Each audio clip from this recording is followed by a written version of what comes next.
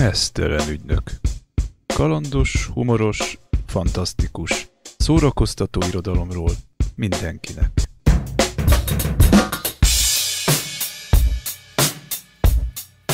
Sziasztok, kedves Meztelen ügynök szórakoztató irodalmi magazin hallgatók! A mai műsorban először film és koncertélményemet halljátok. Olvastunk, hallottunk, láttunk. Éjjel 1 óra 7 perckor a műholdak egy Mars felől érkező ismeretlen tárgyat észleltek. Az idegen eredetű űrjármű jelenleg a Föld körül kering. Nem tudtuk, miért jönnek. Mit akarnak? A Földet. Ezért jöttek ide, drágám. A Földért. Első hullám, sötétség. Először elvették az energiánkat, és hatalmas káoszt okoztak. Második hullám, pusztítás. Aztán lerombolták a városainkat.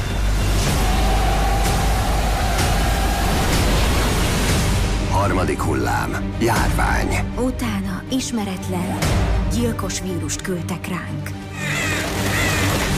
Negyedik hullám, invázió. És ez csak a kezdet volt. Vadásztak mindenkire, aki életben maradt. 2016-ban. Most készítik elő az 5. hullámot. Beköltöznek az emberi testbe, és ők irányítják. Olyanok, mint mi. Most mit csinálunk? Együtt maradunk. Nem bízhatunk meg senkiben. Hogy harcoljunk, ha nem tudjuk, ki az ellenség? Erre tuti nem készültél fel. Megkeresem az öcsém. Segítek. Nem tudsz róla semmit. Elrabolták szemet, tennem kell valamit. Egyszerre támadják a még megmaradt városokat. Az 5. hullám sikerrel jár. Az emberiség eltűnik a Földről.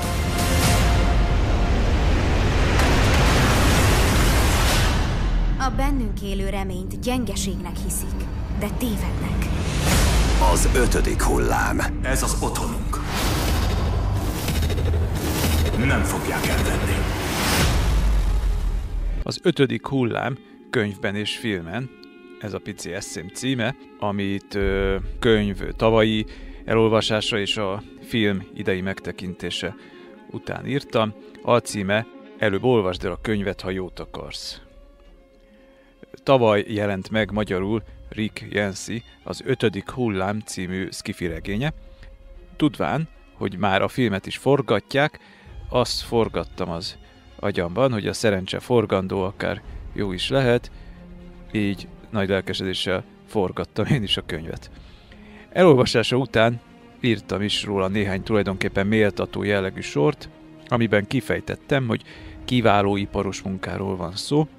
Ez egy inváziós young adult, magyarul tini regény, leginkább azért, mert egy tini lány és egy másik történetszálon egy tinédzser fiú a főszereplője, de azért vannak benne felnőtt szereplők és felnőtt témák nagy számban. Nálunk, amikor én sci-fi regényekkel vagy galaktika folyóiratokkal szocializálódtam, nem volt még ilyen kategória, csak ifjúsági regény volt, vagy esetleg ifjúsági fantasztikus regény néhány. Ha egy irodalmi szövegben kamaszok szerepelnek manapság, én csak az internetes tájékoztatónak engedve vagyok hajlandó ezeket tini regénynek nevezni, hiszen úgy látszik, a bennem élő kamasz már annyira felnőttnek hiszi magát, kamaszkori jellegzetesség, az ember felnőtt jogokat akar magának, hogy a kamasz regényt olvasván sem tekintem azt kamasz regénynek. A felnőtténem pedig annyira nosztalgikus és vágyja vissza a kamaszkori idealizmust, hogy ő viszont lelkesen olvassa akár a kamaszoknak írt regényeket is. Például, amikor Patrick Nessel riportoztam, előtte néhány nap alatt magamévá tettem a Zaj trilógiáját, ami egy idegen bolygón a Földtől régen elszakadt gyarmatosítók világában játszódik. A főhőse tinédzser, tehát ebben az értelemben az tinédzser regény volt, de nekem teljesen indirekt volt, hogy ebben a kategóriában íródott, nagyon élveztem. És akkor ráadásul ezzel az erővel Glukhovsky Metro 2033 című regénye is akkor tini regény, mert Artyom, a főhőse tini, de ha ezt Glukhovskynak mondanánk, aki egy elég karakán és vonalas fickó, biztosan fenékbe rúgna minket. És a Harry Potter is ezen az alapon tini regény, ezért meg Rowling orrolna meg. Szóval ezzel a tini regény kategóriával azért óvatosan, csak akinek nagy kényszer van a kategorizálásra. Illetve ha csak nem a vámpíros sorozatokról van szó, amelyek, tisztelet a kivételnek, annyira bugyuták tudnak lenni, hogy a kamaszok közül is csak a magukat még meg nem találó kamaszlányok olvassák, de majd aztán ők is kinőnek belőlük. Szóval azt írtam akkor a regény után frissiben, hogy az 5. hullám rendes írói szakmunka, semmi nagyon eredeti nincs benne, de ami van, az szépen, kliséket sem mellőzve, de a szálakat elvarva, karakterfejlődést jól bemutatva, szép írói eszközökkel meg van írva. Sőt, egyik-másik karakter még irodalmi értelemben is erősen meg volt alkotva, úgy találtam. Ilyen előzmények után már a január 14-i magyar mozi premiéren becsücsültem a bársonyszékbe megnézni a film verziót. A Star Warsra hetekig nem lehetett jegyet venni, ez esetben meg voltunk a teremben vagy 10. Én komolyan mondom, nem tudom, hogy hol vannak a sci-fi szeretők falkái, mert a logika szerint egy vérbeli, inváziós sci-fi ugyanazokat vonzana a cinemába, mint a Csillagok háborúja közönségét. Vagy, ha azok nem jönnek, akkor a Star Wars nézői sem sci-fi fanok.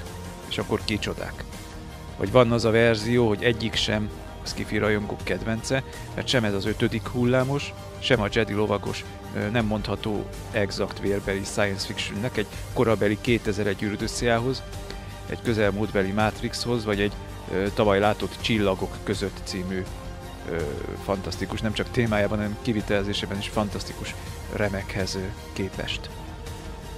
Az 5. hullám filmről csak annyit mondhatok, amit már a könyvről is, rendes iparos munka, de ha a könyvet lekiváló iparos munkáztam, akkor ez tényleg csak egy rendes iparos munka, már a film. Semmi nagyon eredeti, sőt néha nagyon máshol látott megoldás CGI. A szereplők nem nagypályások, a főszereplő kis csajt, aki a történetben a regényben a Cassie nevet viseli, meg persze a filmben is. A filmkészítők homályos szándékai szerint egy bizonyos Grace Moretz nevű színésznő erőlködik eljátszani. Kicsit sem hiteles, az érzelmeknek semmilyen mély rétegét nem tudja szegény kis színésznő megjelentetni, nekem semmi nem jött át, amivel próbálkozott. Erre szokták mondani, hogy valakinek a valakia volt, gondolom, mert hogy a castingon 1000-szer jobbat találtak volna, az fix.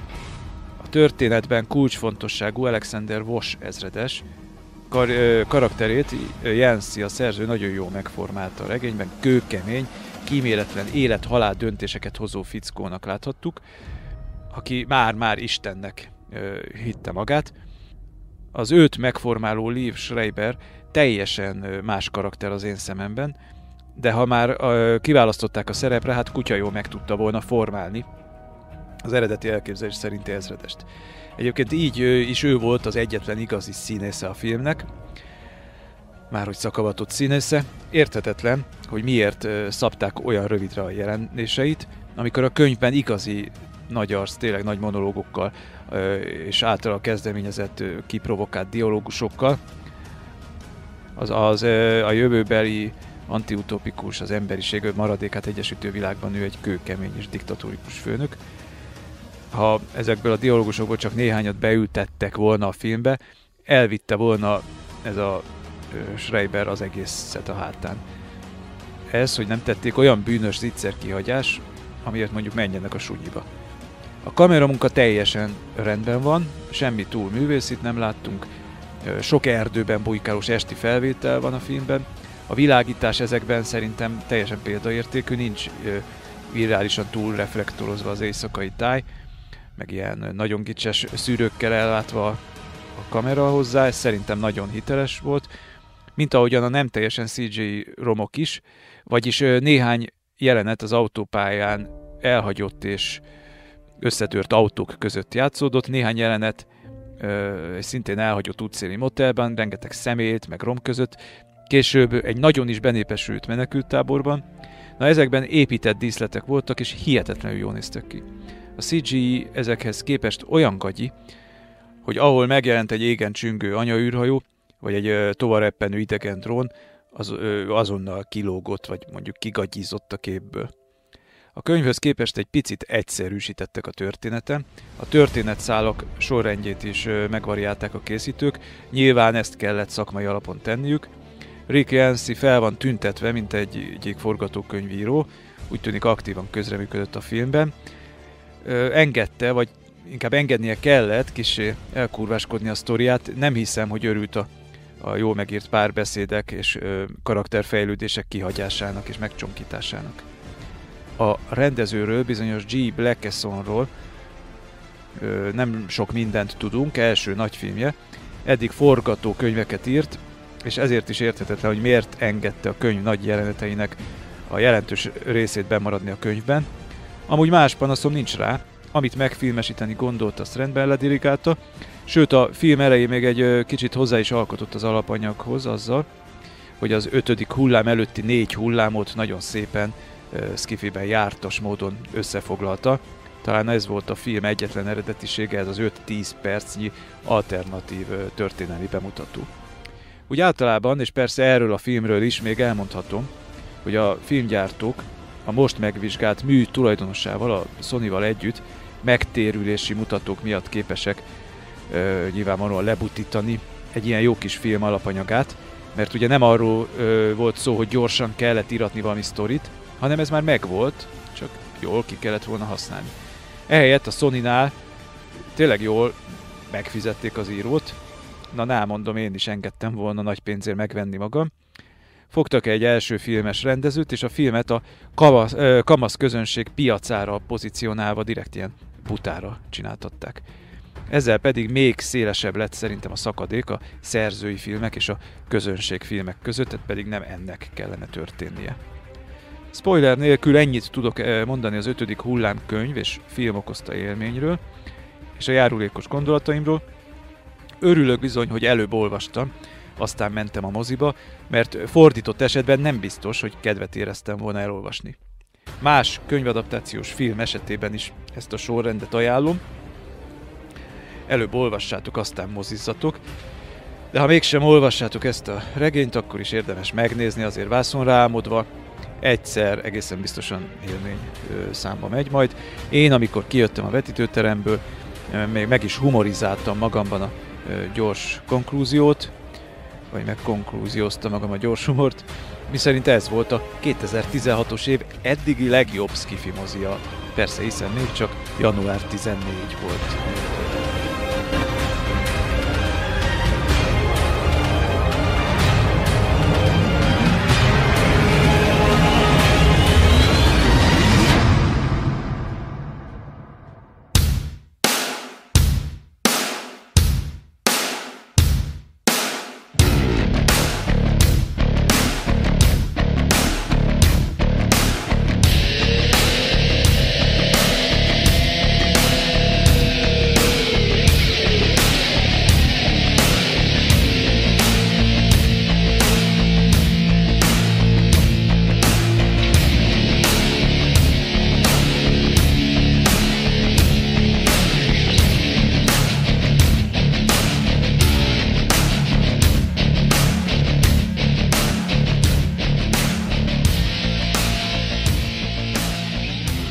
Hétfőn, január 18-án koncerten voltam az egyik fiammal, a Manowar zenekar pozsonyi koncertjén, akik egy európai, több országot érintő turnét nyomnak mostanában.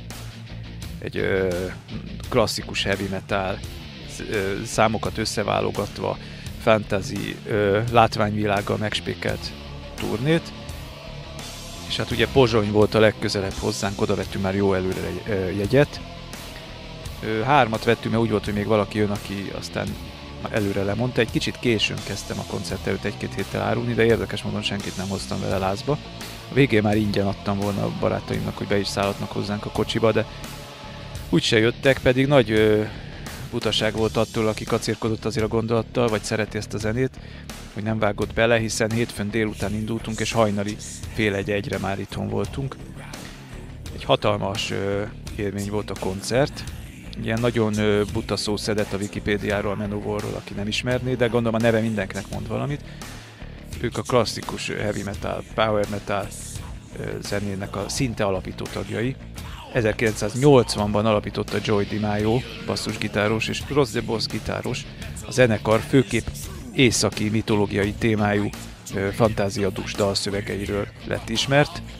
Zenéjükben, ezt már most szó szerint a Wikiről idézem, a heavy metal egy különösen epikus, bombasztikus kórusokkal teli formában szólal meg.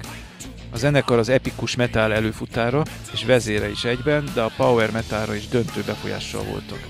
84-ben bekerültek a Guinness rekordok könyvébe, mint a leghangosabb élő koncertet adó zenekar, 130 decibellel, megdöntve ezzel a Motorhead korábbi rekordját. 2008-ban újabb világrekord, ez még mindig a Wikipédia, újabb világrekordot döntöttek Bulgáriában, mint a leghosszabb heavy metal koncertet adó zenekar, ott több mint 5 órás műsort adtak, én bizony azt is végig élveztem volna, nem csak ezt a 2 órás pozsonyit. Vissza a Wikihez. Míg az Amerikai Egyesült Államokban nem tartoznak a mainstream sztárzenekarok közé, noha a kultuszuk ott is erős, sikereik jelentősek, Európában, Japánban, Ausztráliában és Dél-Amerikában ők az egyik legnépszerűbb heavy metal zenekar. Több mint 10 millió lemezt adtak el.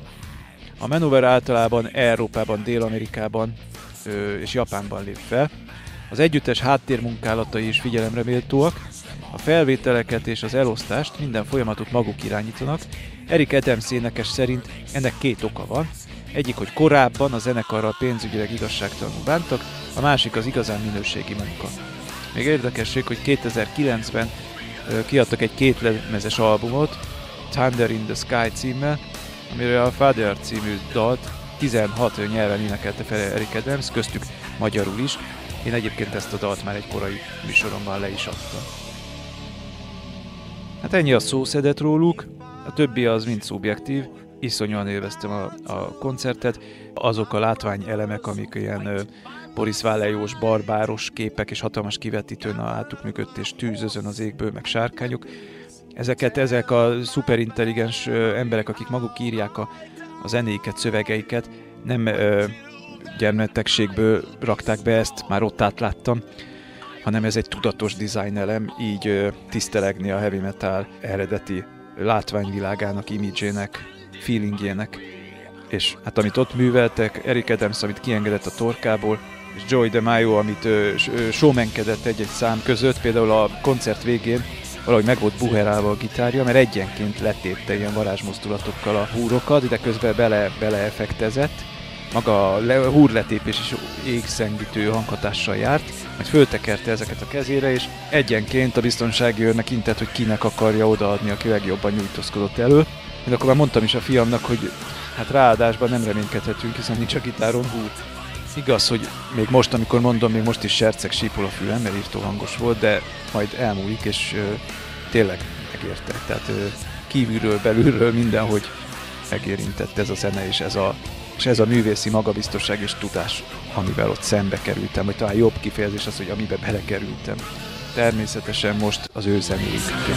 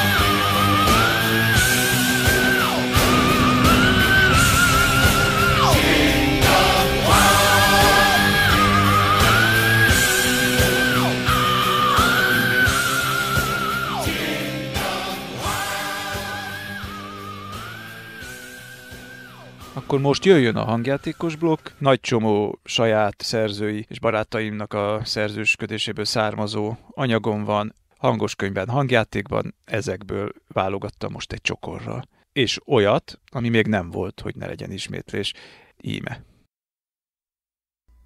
Szenotep. Gyakorlat teszi a mestert. Első nap.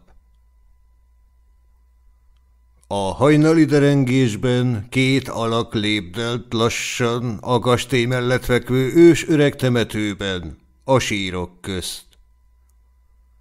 A magasabbik egy pillanatra megállt. Körülnézett, aztán balra fordult. Kövess! Az alacsonyabbik engedelmesen követte. Félálomban lépdelt magasabb társa mögött, amíg nem igazán ébredt fel. A mester azt mondta, hogy a hideg majd felébreszti. Nos hát hajnali hideg ide vagy oda, ő akkor is nagyon álmos volt. Hatalmasat ásított, így nem vette észre, hogy tanítója megállt, ő pedig neki gyalogolt. Mondta. Hogy az a... Kontrázott a mester hirtelen felé fordulva, mintha meg akarná ütni.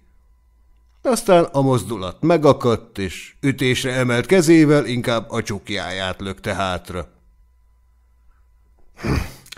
Albert! Már mondtam neked számtalanszor, kezdte, de Albert nem figyelt most sem. Csak könyvbe lábadt szemekkel nézte mesterét, néha bólintva, néha a fejét rázva.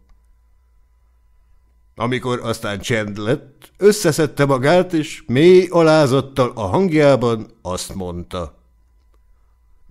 Megértettem, juhó, hajó, vagy hülye, vagy nem, Juan mester, úgy lesz, ahogy mondtad. A mester mormogott valamit, az egyik fejfának támasztva a botját, aztán 2 karjával széles mozdulatokat tett. Itt, körülöttünk, mindenhol halottak fekszenek. No, ezzel nem mondott nagy újdonságot, és Albert érezte, hogy szemei lassan, de biztosan lecsukódnak. Kétségbe esetten próbált koncentrálni, majd hirtelen pofon vágta magát. A mester megakadt. – Mi bajod? – Egy szúnyog volt. – Szúnyog? – Az. Nos, eme temető elég öreg ahhoz, hogy a sötét tanok szakának legidősebb mágusa se emlékezzen rá, hogy voltaképpen kik is fekszenek itt.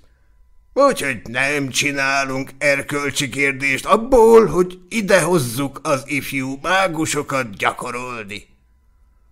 Az elmélettel ugye tisztában vagy? Ó, igen, mester, teljes mértékben, vágta rá Albert azonnal, csak utólag fogva fel a kérdést. Helyes! Akkor hát ma idézni fogsz. Helye, nagymester? Mi az? Be kell vallanom, hogy egyetlen verset sem tanultam meg. Juan egy pillanatig igen idióta arcot vágott, de Albert volt olyan bölcs, hogy ezt az észrevételt megtartja magának. Mestere hirtelen a homlokára csapott.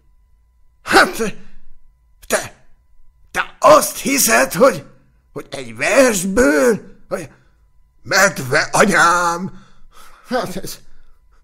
Na, ide figyelj, te! Halottat fogsz idézni, érted? Halottat, te szerencsétlen! Albert nem tudta eldönteni, hogy most kezdjene ugrálni fel-le örömében tapsikolva, vagy ne. Így aztán inkább veszteg maradt. Hát abból nem lehet baj. A nagymester arca átszellebült. Ma reggel megnyitod azon kapukat, mely kapuk megnyitására idáig oktattalak. És eme kapukon majd előjönnek a holtak, hogy engedelmeskedjenek akaratodnak. Valami egészen egyszerűvel fogunk kezdeni. Na, idézz meg valamit. Albert összecsapta a két tegyerét, alaposan összedörzsölte őket, ezután feltűrte a csuhájának az ujjait, majd megérezvén a hideget sürgősen vissza. Utána enyhe terpezbe állt és karkörzésbe kezdett. A mester mindezt blazírt arccal nézte végig.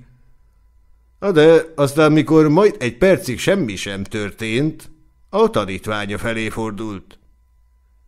Mondd csak, mit művelsz? Megbocsáss, mester, de roppantul fázom. De gondoltam, bemelegítek. Juarári volt. Bemelegítek én neked mindjárt akkorát, hogy 23 felé jobbasan világos? Hát, hogy őszinte legyek, a vége nem annyira. Te csináld! Albert mély levegőt vett, aztán elordította magát.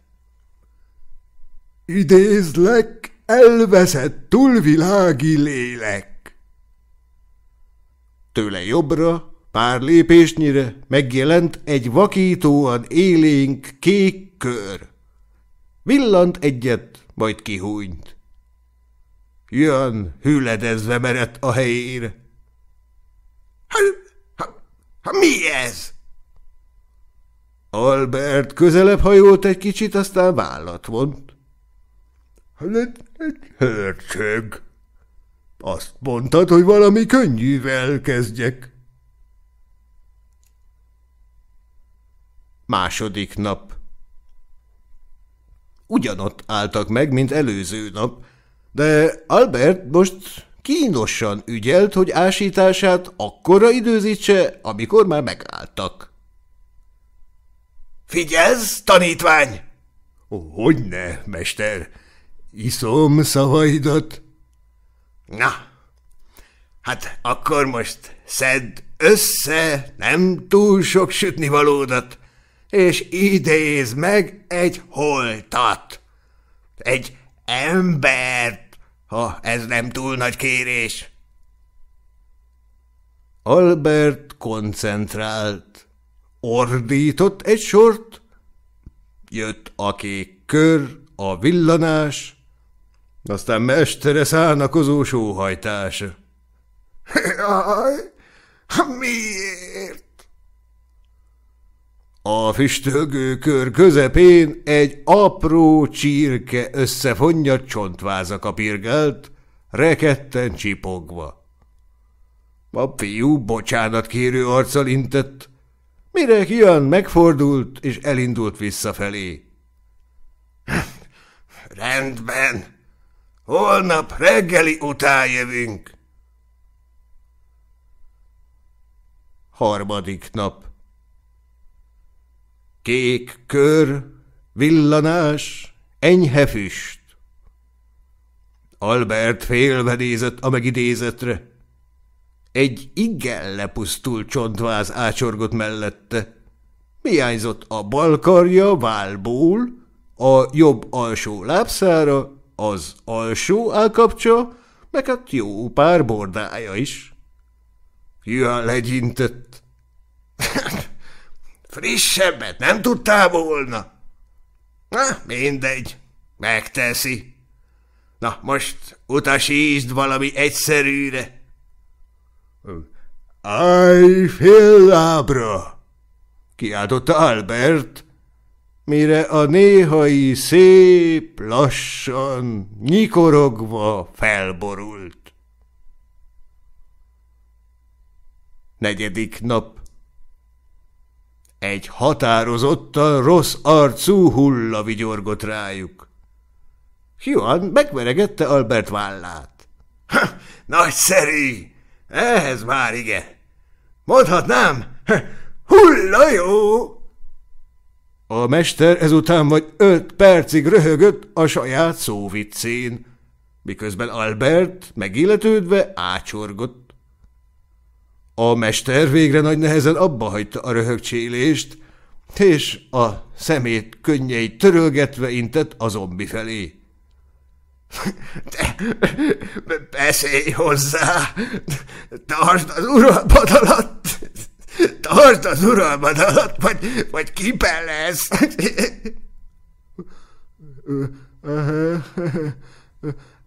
Hello! Mondta Albert hélénken. Hogy vagy? A zombi csont kezébe temette foszladozó arcát. 5. nap. A mellettük materializálódó halott egészen jól festett, leszámítva pár mélyebb karcolást. Páncélja homályosan fény lett, jobb kezében egy repedezett bunkót tartott. Juan a szakállát fésülgetve járt a körbe, aztán csettintett. Nagyszerű! Határozottan fejlődsz, kölyök. Na, oké, utasítsd! Jó, támadás! Ordította Albert. A zombi darabosan a mesterhez lépett, és lazán lecsapta. 6. nap. Albert rosszkedvűen ácsorgott a fényes páncélban feszítő, hatalmas termetű hulla mellett, aki egy 2 élő szekercén támaszkodott udottan. A mester megigazította a fején lévő kötést, azután a fiúhoz fordult. Rendben. Ami a megidézettjeidet illeti, elmondhatjuk, hogy jó irányban haladsz. Most már csak az uralmadat kell fejlesztenünk. Hát ha magadon nem uralkodsz, nem tudsz uralkodni a megidézetten sem. Ekkor a zombi hirtelen felkapta a szekercéjét, és vadul megpörgette a feje felett. Albert bokára rúgta. Te nyughass! Juan elvigyorodott. Na, látod, fog ez menni. 7. nap. Egy majd 3 méter magas, éjsötét páncélt viselő alak állt mellettük. Sisakrostéjain füst gomolygott elő, váltüskéire erősített fekete köpenyét lassan lobogtatta a feltámadó szellő. A kardja olyan hosszú volt, mint amilyen magas Albert. A fiú tágra nyílt szemekkel nézett fel a rémre. Juan halkan tapsolt. Ezt nevezem. Na, egy hamisítatlan katakomba szökevény. Utoljára ilyet talán 100 éve sikerült megidéznie Bell kormánymesternek. Büszke vagyok rád, fiam. Holnap lesz a megmérettetés. Nem árt, ha gyakorolsz kicsit. Az összes tanonc egyszerre idézi meg majd a szolgáját, és öldöklő küzdelem dönti el, ki a legjobb. Szélesen elmosolyodott, aztán megveregette a fiú vállát.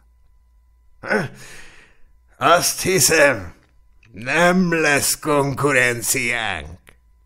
Мамба, мамба, хуямба! Уа!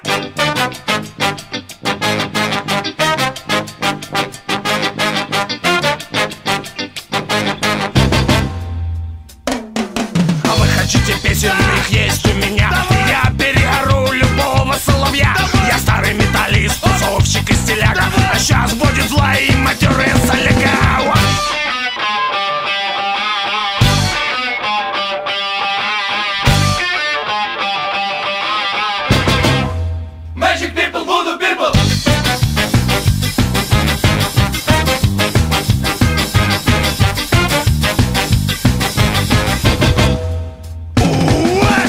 Хотите песен, их есть у меня. И пусть я пьяный в жопу, как последняя свинья. И пусть уже давно не стоит моя шняга. А сейчас будет зла и матерая соляга.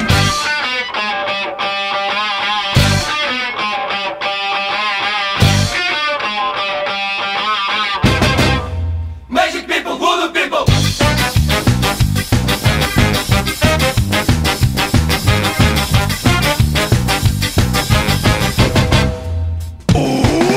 Я пою, ребята играют, не попадаем друг друга, бывает. Пускай в нашей музыке много изъян. Давай солягу, давай гостям.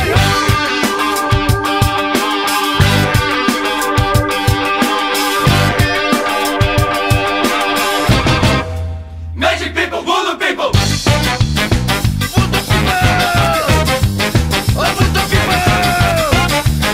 Voodoo people. Magic people, voodoo people. Voodoo people. Давай, давай. Magic people. Voodoo people.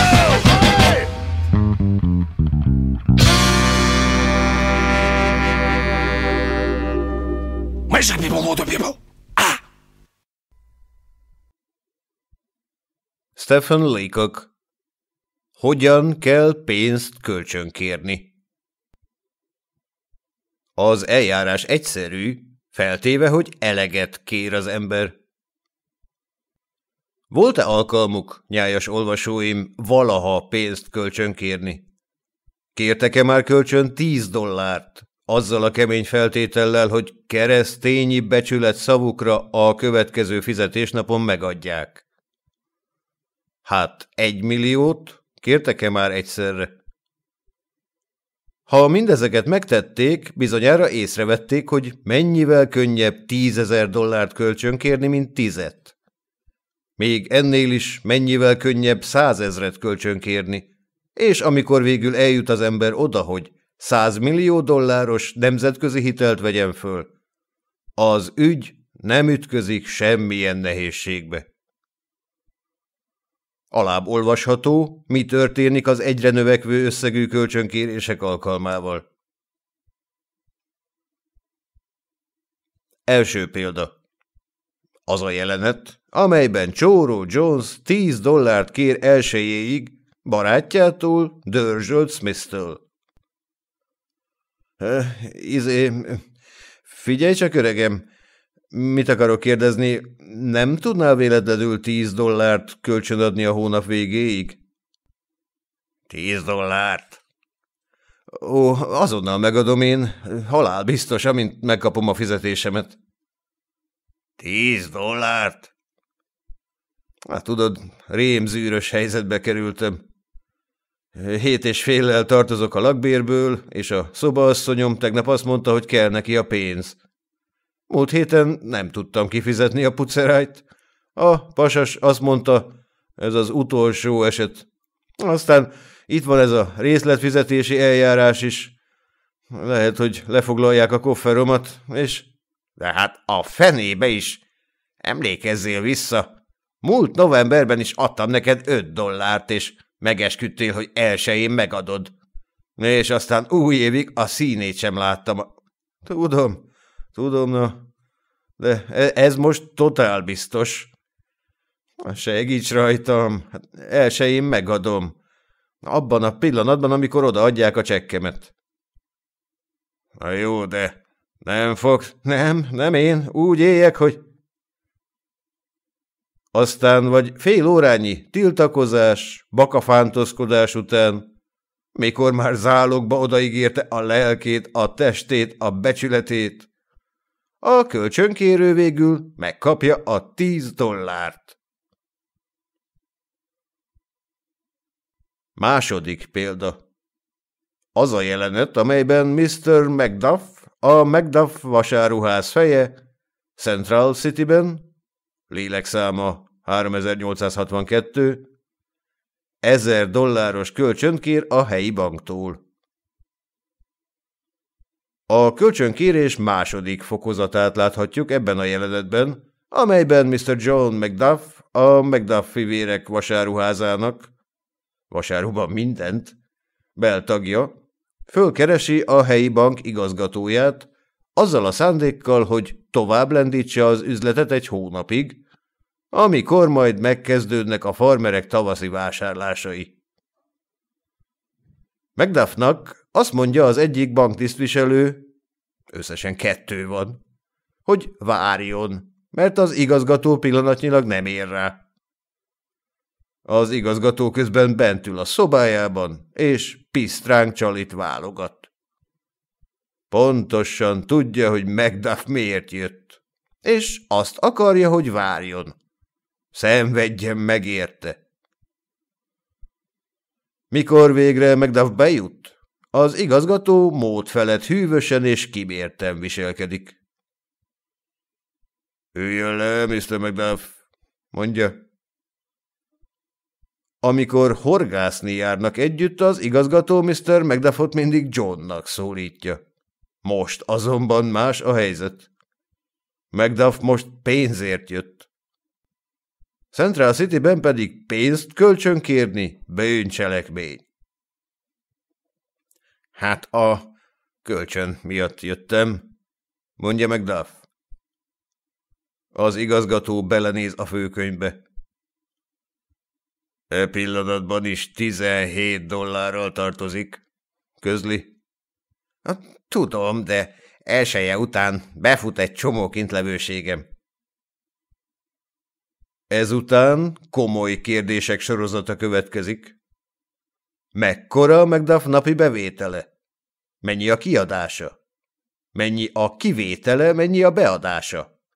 Jár-e templomba? Hisz-e a feltámadásban? És végül, amikor az igazgató nagy nehezen beleegyezik, hogy megadja az $1000 kölcsönt, amit eleve meg akart adni, kezdi sorolni a feltételeket. A társával is alá kell iratnia. Jó. Legjobb, ha a felesége is aláírja. Jó. És az anyja, talán neki sem ártana aláírni. Egy vidéki bank 1 hónapra kibocsátott csekkjén több az aláírás, mint a Locarnoi egyezményen. És végül Macduff, vasáruban mindent, miután zálogba odaígérte a bevételét, az ingatlanait, a hitelét, a becsületét, a feleségét, meg az anyját, végül elmehet az $1000. Harmadik példa. Hogyan kér kölcsön ebéd előtt $1 millió Mr. P.Q. Pinkpoint, a Ping-Pong és Társa pénzintézet, New York, London vezérigazgatója. A jelenet illő környezetben játszódik le. Mr. Pinkpontot a Nemzeti Főbank elnökének fényűző irodájába vezetik. Jó reggelt, mondja az elnök, és feláll, hogy üdvözölje. Már vártam. Az igazgatónk említette, hogy ön talán lesz kedves ma befáradni. Nem ülne le ebbe a nagyobb fotelbe? Ez talán kényelmesebb. Köszönöm. Milyen szép az irodája. Igen, nekünk is az a véleményünk, hogy kellemes ez a szoba. És az igazgató tanács terme talán még ennél is jobb. Megmutathatnám talán a tanácstermünket? Köszönöm, de attól tartok, arra nincs időm. Csak azért ugrottam be egy percre, hogy Azt az $1 millió kölcsönt nyílbe üssük.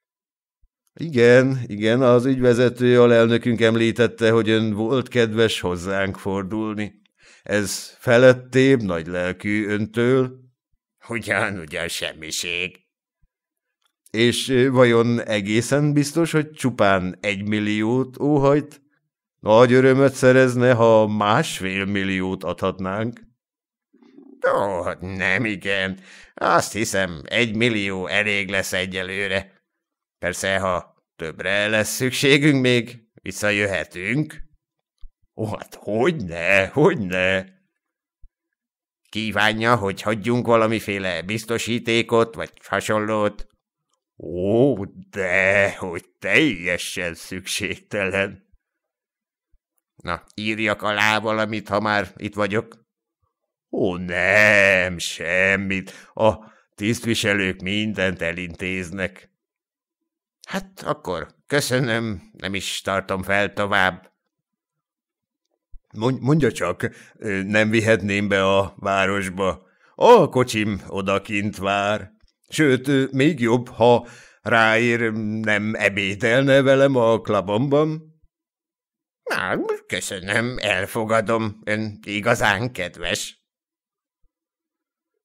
És ilyeténképpen könnyedén és fájdalommentesen gazdát cserélt az $1 millió.